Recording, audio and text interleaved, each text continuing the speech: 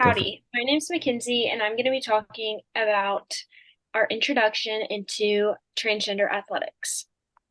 In the realm of sports, there's an ongoing conversation about transgender athletes and their ability to compete in their self-identified gender.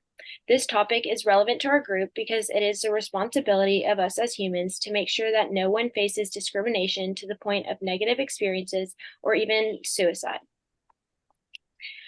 Addressing these disputes could lead to a more inclusive and equal society where individuals can more easily express their gender identity. In order to better understand the challenges and potential solutions surrounding transgender participation in sports, it is important to promote inclusivity and fairness in athletic competition, which brings us to phase two. Howdy, my name is Ethan Ovicio, and I will be talking about the survey questions we created. When we were crafting our survey, we focused on three areas to guide the questions we made. These topics were what challenges interfere with the performance among transgendered athletes, how knowledgeable are college students about a trans person's experience in a sport, and what are strategies people think would promote acceptance of transgendered athletes in Texas.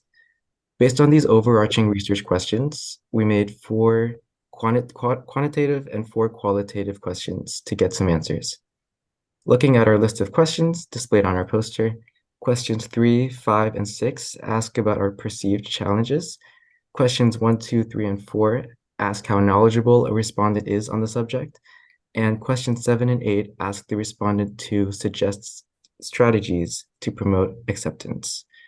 Once we created our survey, we sent them out to Texas A&M students through various online channels and began phase 3.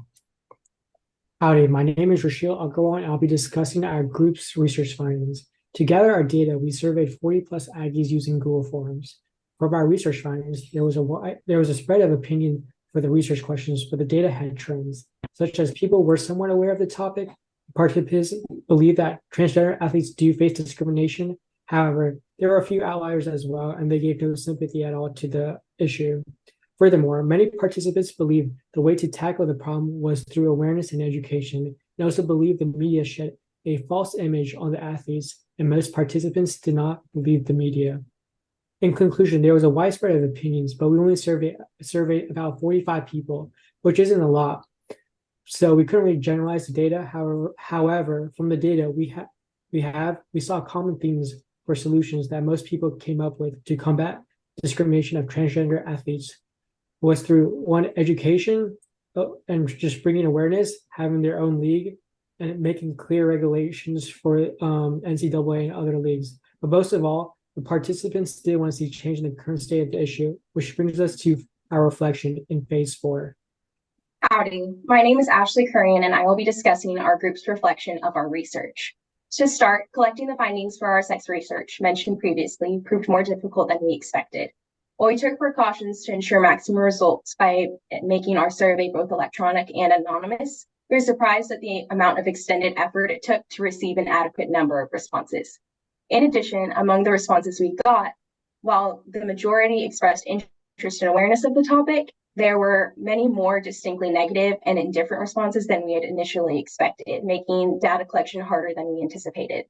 A keynote that we learned from our research as a whole was that there exists a much greater number of awareness of challenges between our respondents than support and solutions. For example, while there are a multitude of different obstacles our respondents could name, there were only a few solutions our respondents could name.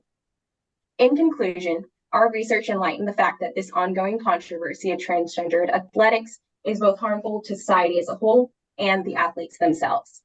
There is quite a diverse spectrum of opinions within our respondent population, so we have no doubt that within a larger population and in society itself, there would be even greater diversity of opinion. However, most importantly, seeing that the obstacles these athletes face are prevalent now and damaging now, we deem it absolutely necessary that action be taken now.